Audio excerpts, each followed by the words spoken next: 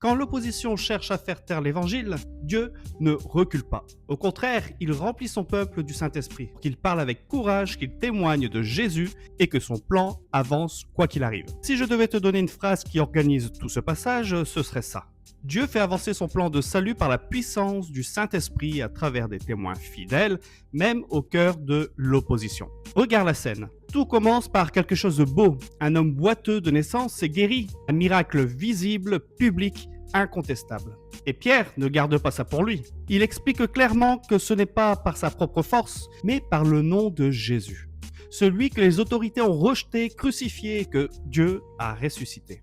Et là, la foule écoute. Beaucoup croient. Mais les autorités, elles, sont dérangées. Parce que quand Jésus est annoncé, surtout ressuscité, ça vient toujours bousculer des pouvoirs, des habitudes, des sécurités. Alors Pierre et Jean sont arrêtés, interrogés, menacés. On leur pose une question clé. Par quelle puissance ou au nom de qui avez-vous fait cela?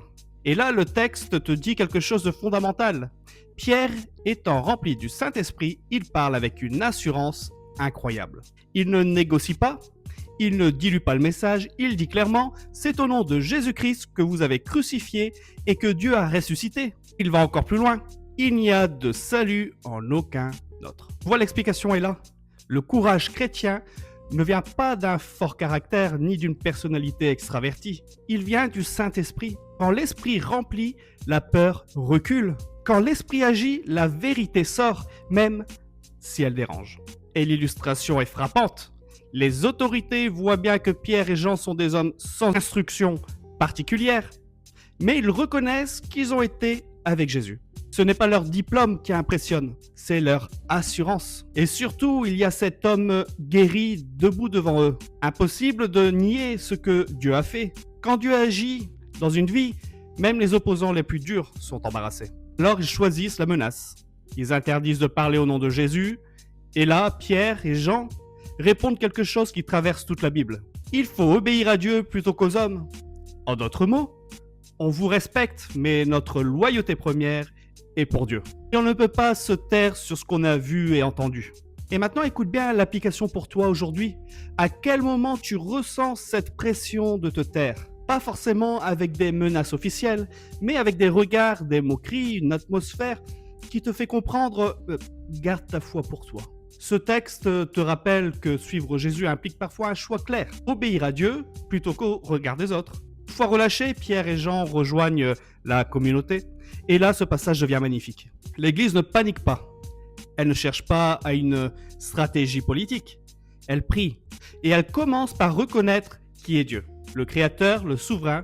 Elle se rappelle les Écritures, le psaume 2, qui dit que les nations se liguent contre le Messie. Autrement dit, Seigneur, rien de tout ça ne te surprend.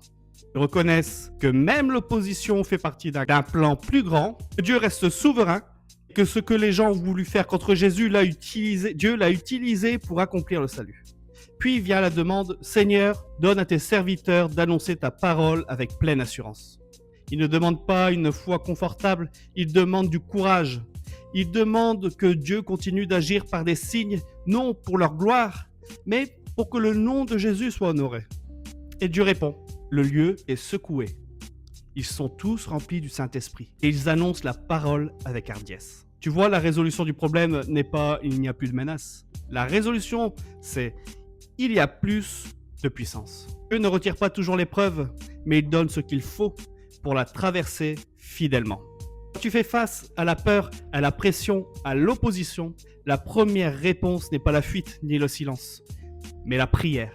Une prière qui reconnaît que Dieu est souverain, une prière qui s'appuie sur sa parole, une prière qui demande du courage pour rester fidèle. Souviens-toi de ça. Tu es appelé à dépendre chaque jour de l'Esprit pour parler, aimer, témoigner.